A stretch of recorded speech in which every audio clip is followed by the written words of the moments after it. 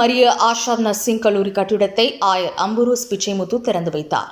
திருவண்ணாமலை மாவட்டம் சேத்துப்பட்டு புனித தோமையார் மருத்துவமனையில் புதிய மரிய ஆஷா நர்சிங் கல்லூரி கட்டிடத்தை வேலூர் மறைமாவட்ட ஆயர் அம்புரோஸ் பிச்சைமுத்து திறந்து வைத்தார். கடந்த 65 ஆண்டுகளாக சேத்துப்பட்டு நகரில் 60 கிலோமீட்டர் சுற்றளவு கொண்ட பொதுமக்கள் பயன்பெறும் வகையில் 200 படுக்கை வசதி கொண்ட புனித தோமையார் மருத்துவமனை செயல்பட்டு வருகிறது. இம்மருத்துவமனை கிராமப்புற ஏழை எளிய மக்களுக்கு மருத்துவ சேவையுடன் கல்வி, தொழில் பயிற்சி என்கிற சேவையும் தொடர்ந்து செயல்படுத்தி வருகிறது. இந்த மருத்துவமனை தொடங்கி மக்கள் பணியாற்றிய நிர்வாகி மரிய ஆஷாப் நினைவாக தொடங்கப்பட்டுள்ள மரிய ஆஷாப் நர்சிங் கல்லூரி கட்டிடம் திறப்பு விழா நேற்று முன்தினம் நடைபெற்றது. விழாவிற்கு கத்தோலிக்க கிறிஸ்தவ வேலூர் மறைமாவட்ட ஆயர் முனைவர் அம்புரோஸ் பிச்சைமுத்து தலைமை தாங்கி மரிய ஆஷா நர்சிங் கல்லூரி கட்டிடத்தை அசைத்து திறந்து வைத்தார்.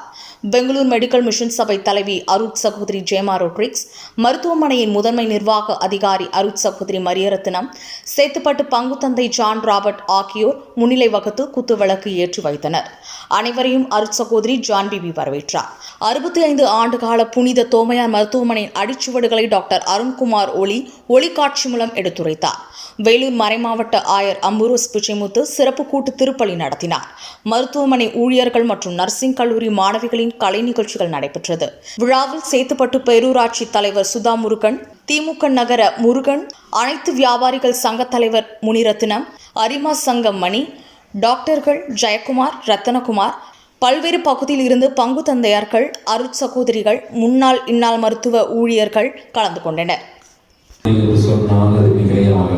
சில வேளைகளில் கடவுள் மீது நம்பிக்கை இல்லாதவர்கள் கூட கடவுளே நீ வேண்டும், நீ என்னை தொட வேண்டும், என்னை குணமாக்க வேண்டும், இதோ இந்த மருத்துவர் வழியாக எனக்கு நீ குணமளிக்க வேண்டும் என்று ஆழமான அனுபவமிக்க இறை தேடலை நம்மால் கற்றுவர முடிகின்றது. நன்றி நிறை சகோதர சகோதரிகள்,